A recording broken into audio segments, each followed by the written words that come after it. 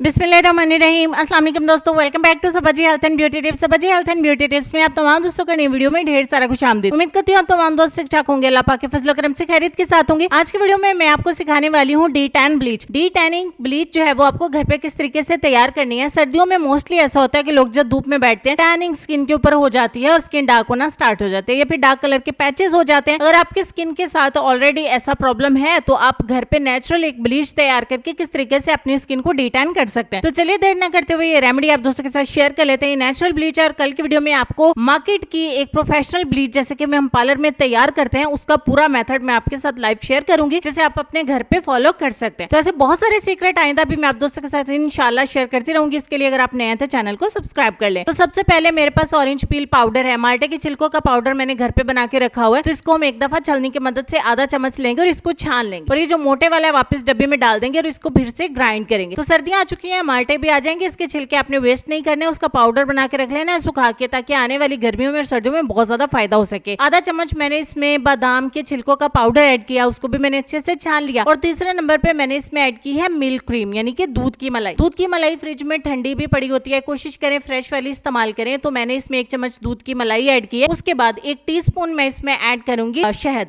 चाय वाले चम्मच जो होता है वो 1 चम्मच हम इसमें हनी का ऐड करेंगे। उसके बाद हमें मार्केट में बहुत सारे ब्रांड्स की ऑरेंज जेल मिल जाती है। तो ये ऑरेंज से बनी हुई जेल होती है, अगर आपके पास नहीं है तो आप एलोवेरा जेल का इस्तेमाल कर सकते हैं, लेकिन अगर आप ऑरेंज ब्लीच यूज करेंगे तो ये भी आपकी स्किन को ब्लीच करने में हेल्प देगी। तमाम चीजों को अच्छे तरीके से आपने मिक्स कर लेना है। मिक्स करने के बाद ये जो रेमेडी हमारी बनकर तैयार होगी ये आपकी स्किन को डीटैन करने के लिए, फ्रेश एंड ब्राइट करने के लिए बहुत ही जबरदस्त वर्क करती है। तो ये नेचुरल सीक्रेट था जो आज की वीडियो में मैंने आप दोस्तों के साथ शेयर किया। कल की वीडियो में इंशाल्लाह मैं आप दोस्तों के साथ एक प्रोफेशनल मेथड मार्केट के ब्लीच को किस तरीके से हम as a skin polish use करते हैं वो मैं आपको दिखाने वाली हूँ। तो अगर आप कल वीडियो को देखना चाहें तो आप लाजमी वीडियो देखने आइएगा। तो यहाँ पे जो हमारी रेमेडी बनके तैयार हुई है इसको हम अपने हैंड के ऊपर अप्लाई कर लेंगे। ये चेहरे के लिए है, हाथों के लिए, पैरों के लिए है। टैनिंग हमारे चेहरे पर, बॉडी पर, हाथों पे, पैरों पे हो जाते हैं तो उसको डीटैन करने के लिए आप ये नेचुरल ब्लीच का सहारा ले सकते हैं और इसको रेगुलरली आपको 8 से 10 दिन इस्तेमाल करना होगा। अच्छे तरीके से ब्रश की मदद से आपने इसको अप्लाई कर लेना है। अप्लाई करने के बाद आप 15 से 20 मिनट के लिए इसे अपने चेहरे के ऊपर लगा रहने दें। विंटर में इतना जबरदस्त काम करती है, आपकी स्किन को हाइड्रेट भी रखती है। तो 15 से 20 मिनट कंप्लीट कर लेने के बाद आपने ठंडे पानी से अपने चेहरे को वॉश कर देना है। अब सर्दियां हैं, ठंडे पानी को अगर दिल नहीं करे डालने के लिए तो नॉर्मल पानी से अपनी स्किन को वॉश कर लीजिए। अल्लाह खैर सलाह, आपकी नेचुरल ब्लीच आपने घर पे कर ही ली है, जिसमें नेचुरल इंग्रेडिएंट्स को इस्तेमाल करके हम बहुत अच्छा रिजल्ट हासिल करते हैं। तो चलते हम अपने आज के लेसन की तरफ। और लेसन में आपको ये कहना चाहेंगे कि इंसान के आंसू इस वक्त मुकद्दस होते हैं